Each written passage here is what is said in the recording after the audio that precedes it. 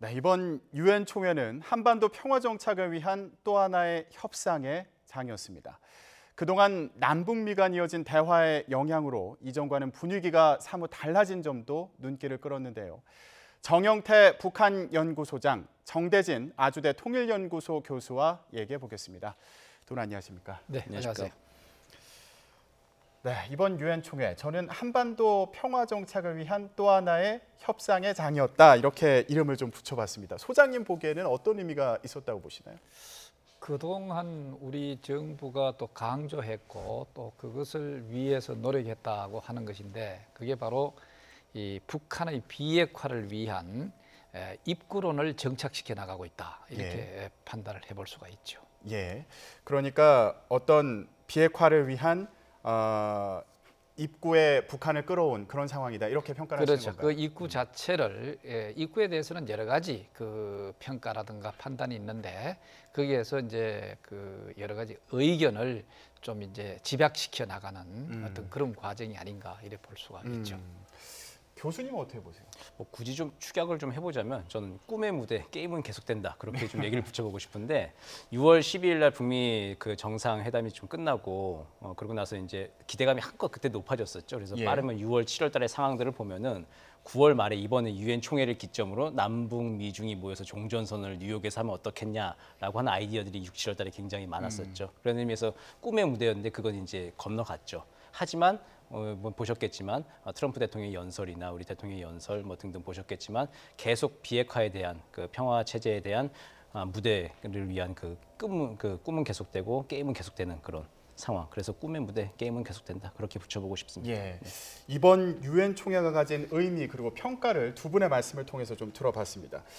자, 이번 유엔 총회는 한반도 비핵화를 위한 역할을 하고 있는 문재인 대통령, 또 트럼프 미국 대통령의 메시지에서도 그 의미를 찾을 수 있어 보이는데요. 1년 사이에 유엔 총회 연설문 내용과 분위기도 많이 바뀌었습니다. 먼저 문재인 대통령의 연설 내용을 들어보겠습니다.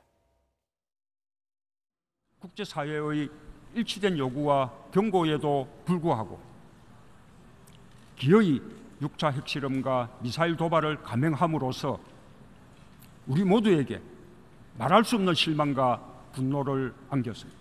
나는 유엔 안보리가 유례 없이 신속하게, 그리고 무엇보다도 만장일치로 이전의 결의보다 훨씬 더 강력한 내용으로 대북 제재를 결의한 것을 높이 평가합니다. 김 위원장은 가능한 빠른 시기에 비핵화를 끝내고 경제 발전에 집중하고 싶다는 희망을 밝혔습니다.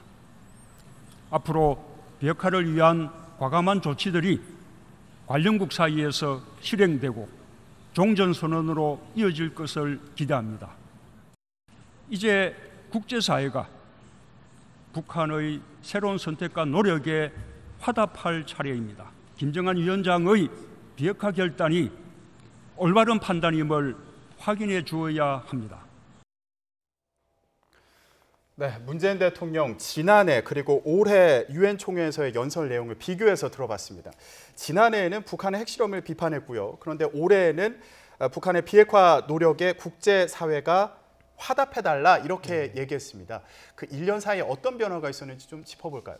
먼저 특징적으로 이래 본다면은 작년의 경우 북한이 각종 미사일을 시험 발사를 하고, 그리고 또 핵실험이라든가 이런 것을 또 동반하면서 사실상 이제 이 한반도를 긴장시켰을 뿐만 아니고 이 동북아 전체를 긴장시켰다 볼 수가 있죠. 네. 이러한 그 나쁜 행동에 대해서는 단호하게 대처하는 그런 모습을 보였다, 이래 볼 수가 있죠. 그래서 유엔 안보리 대북 제재라든가 이런 것을 적절한 시기에 잘 나왔고 적절하게 잘 대처했다고 하는 것을 작년에는 그 강조를 했다 볼 수가 있습니다.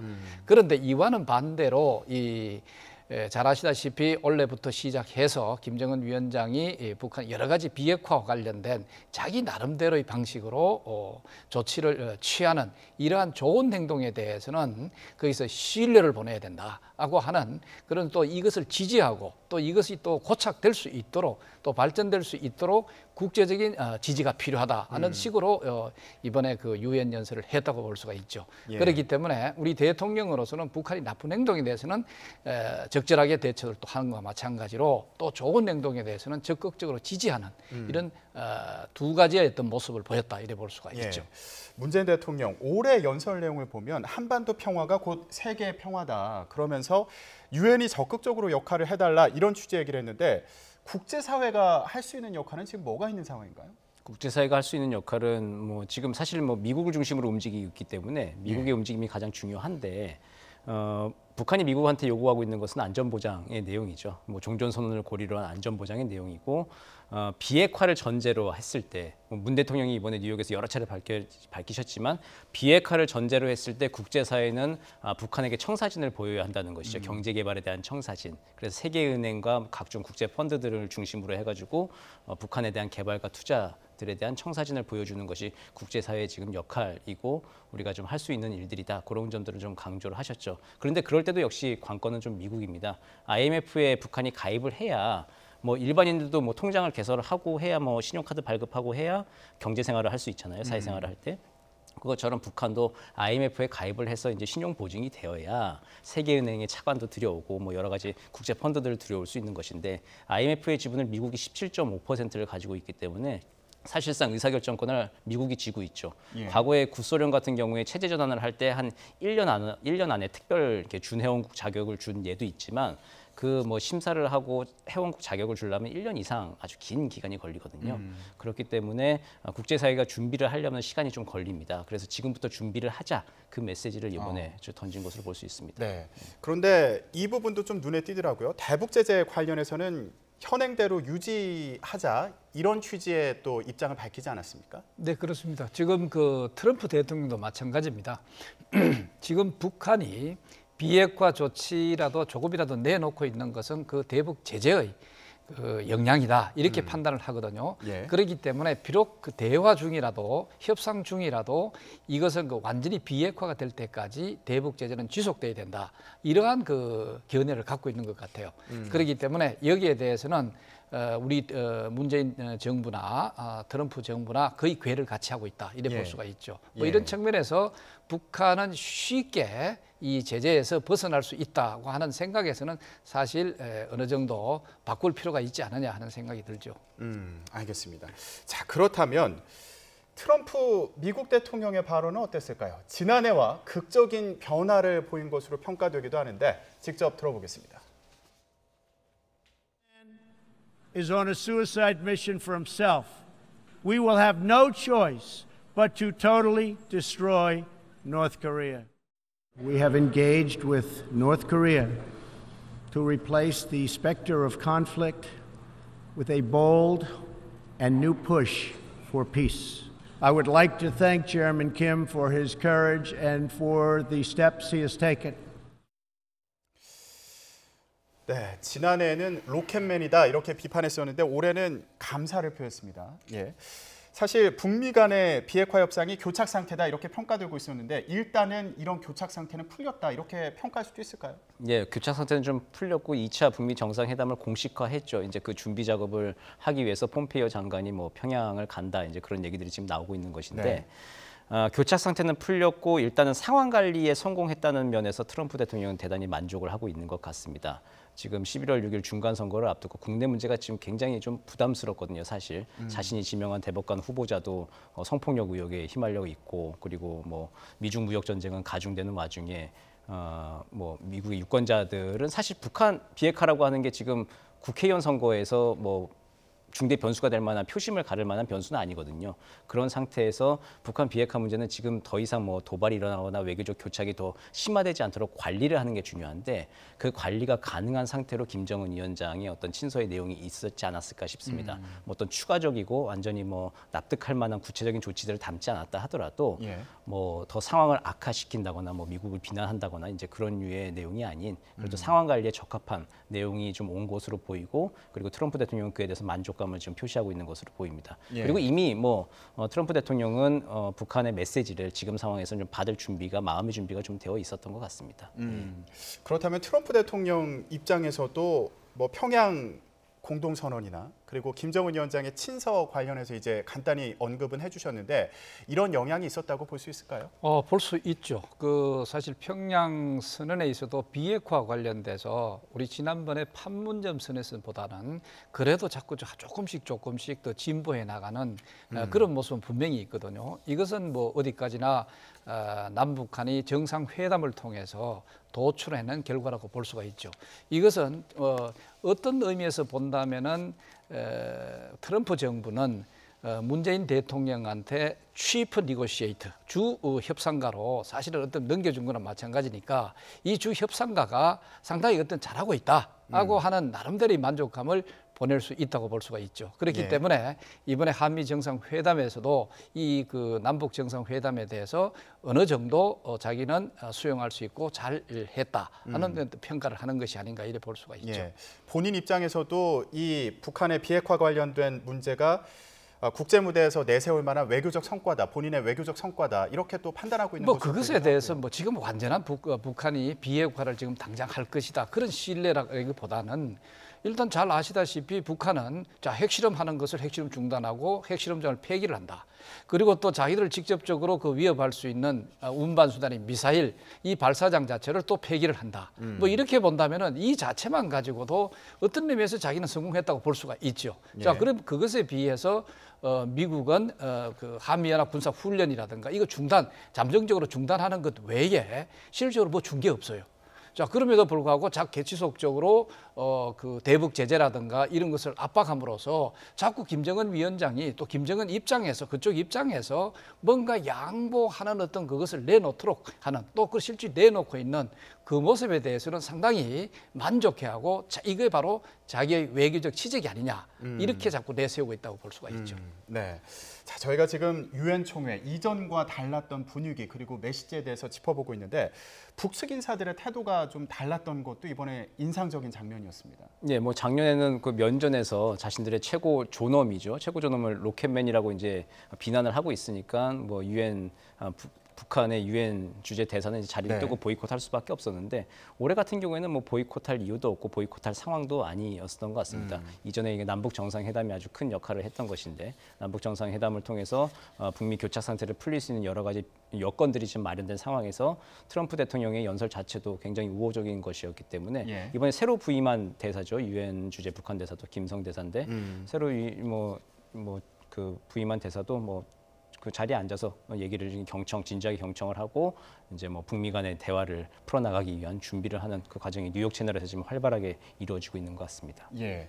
트럼프 대통령 같은 경우에는 문재인 대통령에 대해서도 감사를 표했는데 문재인 대통령이 미국의 폭스뉴스와 인터뷰를 하지 않았습니까? 이 내용을 갖고도 또 감사하다 이런 의미를 나타냈더라고요. 이런 뜻을 밝혔더라고요. 이게 문재인 대통령이 폭스뉴스와 인터뷰를 했다. 이건 어떤 의미가 있는 건가요? 폭스뉴스라고 하면은 뭐 대표적으로 그 미국의 그 보수 성향의 그 언론사라고 볼 수가 있죠. 또 그다음에 트럼프 대통령이 또 가장 또 의존하는 것 방송사 중에 하나라고 이래 볼 수가 있습니다. 또 그것을 통해 가지고 우리 문재인 대통령이 김정은 위원장과 남북 정상회담을 통해서 여러 가지 얘기를 나눴던 것이라든가 또 김정은 위원장의 진심이라든가 이런 것을 전달할 수 있는 하나의 매체로서 적극적으로 활용을 했다. 또 그것이 바로 이제 김정은 위원장이 비핵화와 관련된 여러 가지 그 변화된 모습은 곧 트럼프 대통령의 자기의 치적이다라고 이게 같이 등가식으로 이제 할 수 있기 때문에 이번에 문재인 대통령이 적절하게 그것을 잘 활용하면서 거기에 이번 남북 정상회담 내용이라든가 그 의미라든가 이런 것을 잘 얘기했다는 데서 취한 것이 아닌가 이래 볼 수가 있죠. 그렇다면 문재인 대통령과 폭스뉴스 사이의 인터뷰 내용도 좀 짚어봤으면 좋겠는데 문재인 대통령이 미국이 할 수 있는 조치들에 대해서 언급을 했더라고요. 그 중에 하나가 북미 연락사무소 개설 문제인데 자, 이게 평화협정으로 가는 과정의 하나다 이렇게 뭐 평가할 수 있을지 어떻게 보십니까? 네, 이게 굉장히 좀 흥미로운 대목이었습니다. 사실 저 개인적으로는 유엔 총회 연설보다 폭스뉴스 인터뷰 내용들이 굉장히 더 흥미로운 내용들을 담고 있었거든요.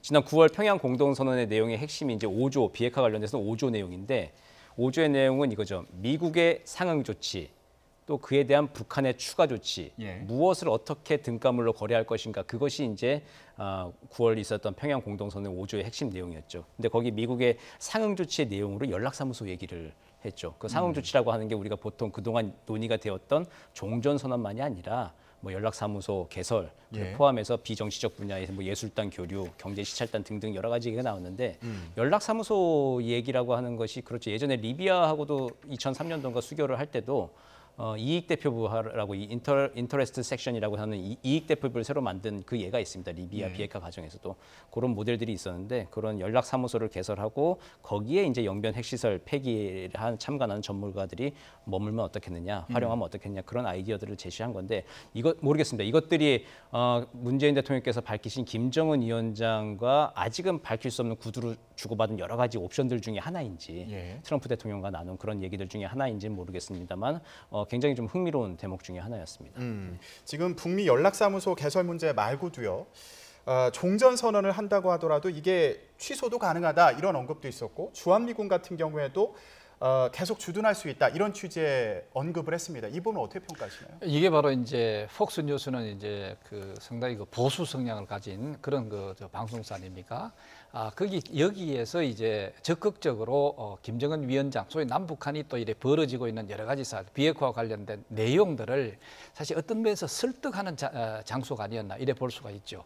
왜 그러냐면은 종전선언 그 내용에 있어서도 보수 성향을 가진 데 있어서는 여론에서 상당히 부정적인 측면이 많습니다. 아직까지 비핵화라는 본격적인 돼 있지 않음에도 불구하고 비록 정치적 선언이지만 위험하다. 뭐 이런 얘기가 있다라든가 그다음에 주한미군 철수도 마찬가지입니다.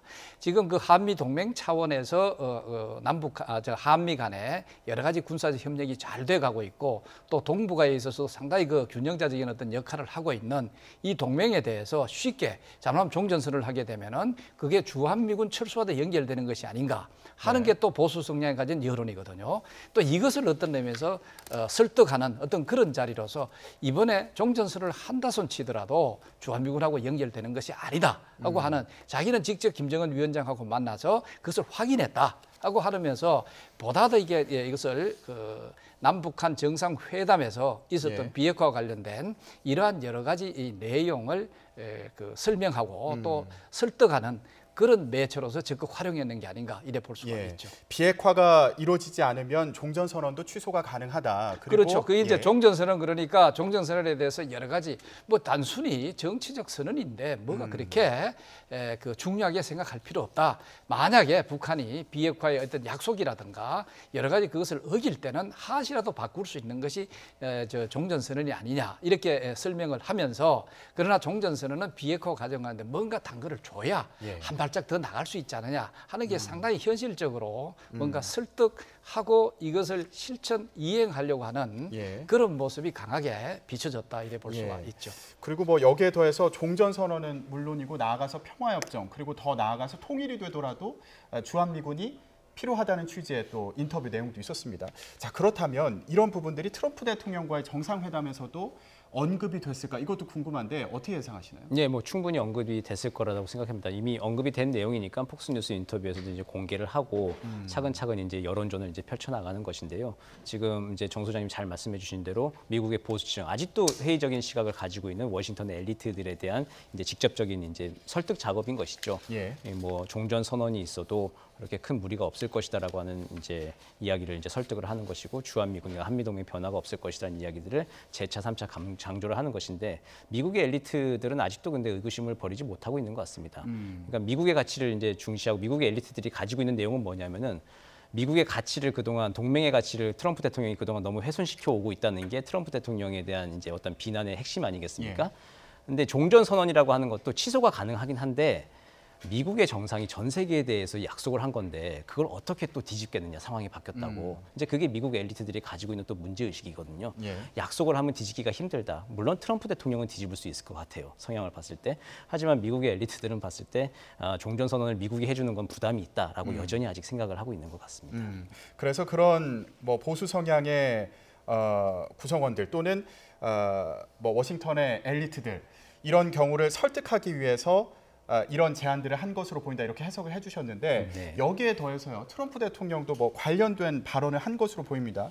북한과 시간 게임은 하지 않겠다 이렇게 기자회견에서 밝혔는데 이것도 일각에서 나오고 있는 어떤 우려를 좀 잠재우기 위한 게 아닌가 이런 생각이 들었거든요. 네, 그렇죠. 지난번에 6월 10일 북미 정상회담 때는 5월달 상황을 기억해 보시면 아시겠지만 6월 12일이라고 하는 날짜를 좀 정해놨습니다. 그래서 그걸 맞추기 위해서 취소했다가 다시 번복하고 하는 등으로 이제 날짜 시한이 정해져 있었거든요. 근데 그때는 만남 자체가 이제 중요한 의미였는데 이번에는 그냥 만남 자체로 끝나면 안 되죠. 만남 이후에 구체적인 성과가 좀 나와야 하는 것이죠. 예. 그래서 6월 10일 북미 정상회담처럼 준비가 약간 좀 덜 된 상태에서 만났다가 다시 오히려 역풍을 맞을 수 있기 때문에 좀 많은 준비가 좀 필요한 게 사실입니다. 그렇기 때문에 시간은 급할 게 없다. 조금 더 뭐 2년이든 3년이든 5개월이든 그러니까 말이 재밌잖아요. 2년, 3년 먼저 많이 갔다가 다시 갑자기 짧아졌습니다. 5개월이 돼도 상관없다. 예. 그러니까 미국은 급할 것이 없다라고 하는 이야기를 그렇게 했는데 이제 그렇게 해서 준비를 좀 해서 차근차근 다음 북미 정상회담에서는 성과를 내겠다. 하지만 지금 11월 중간선거 전까지는 나한테는 상황 관리를 하는 게 중요하다라고 하는 메시지를 계속 보내고 있는 것 같습니다. 예, 또 뭐 급하게 협상하지 않겠다 이런 네. 의미로 보이기도 하고요. 자, 그런데 트럼프 대통령 동시에 북한으로부터 친서를 받았다 이렇게 얘기했습니다. 굉장히 평가를 좋게 한 것으로 보이는데 역사적인 편지다, 아름다운 예술 작품이다 또 이렇게 얘기했습니다. 어떤 내용이 담겼을 걸로 보시나요? 아마 뭐 내용이 분명한 것을 우리가 알기는 어렵지만 이제까지 이 김정은 위원장이 그 비핵화 관련된 자기의 어떤 진심은 사실이다. 또 이것을 중심으로 해서 앞으로 그 평화적으로 협상을 통해서 문제를 해결해 나가고자 한다. 그리고 지금은 그 트럼프 대통령과 김정은 위원장과의 사이는 상당히 신뢰로 뭉쳐져 있다. 또 이것을 잘 활용을 해가지고 앞으로 우리가 평화적으로 해결해 나가자. 막 이런 내용이 사실 들어있다면은, 그런데 이제 아름다운 예술 작품이라고 얘기를 했습니다. 자, 이거는 이제 어떤 의미에서 트럼프 대통령의 그 독특한 어법이라고 볼 수가 있는데 여기에 대해서 이제 뭔가 실질적인 결과가 나온 데 대해서 얘기하는 것이 아니라 예.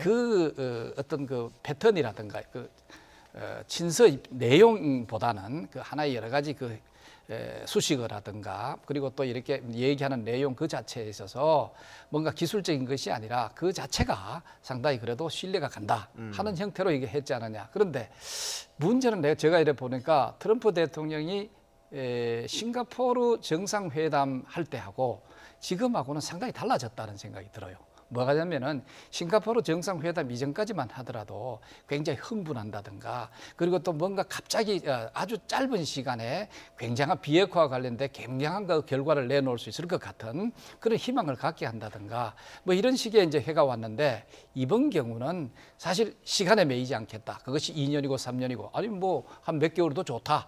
이래 하면서 시간에 매이지 않는다고 한다는 사실은 그렇게까지 빠르게 자기가 그 시간에 얽매이는 어떤 그런 형태로 협상을 진행하지 않고 중요한 것은 북한이 실질적인 비핵화로 갈 수 있는 것을 확인하고 또 그것을 이행 실천시키는 것에 있다고 하는 것을 강하게 시사한 것이 아니냐 이래 볼 수도 사실 있죠. 그렇기 예. 때문에 전반적인 내용은 지금 김정은 위원장이 비핵화와 관련된 몇 가지 어떤 그 실천 내용들에 대해서 굉장한 칭찬을 합니다. 칭찬하는 건 뭐 하고 있는 건 사실이니까 그것이 좀 더 확실하고 좀 더 검증된 어떤 차원에서 해 나가면서 이 이외에도 보다 더 앞으로 나가기를 어떤 의미에서 자꾸 부추기는 어떤 의미에서 자꾸 촉진시키는 예. 그런 어법들이 아닌가 이래 볼 수가 있죠. 예. 자, 그렇다면 이제 폼페이오 미 국무장관이 북한을 방문해서 2차 북미 간의 정상회담 관련해서 또 논의를 하게 될 텐데요.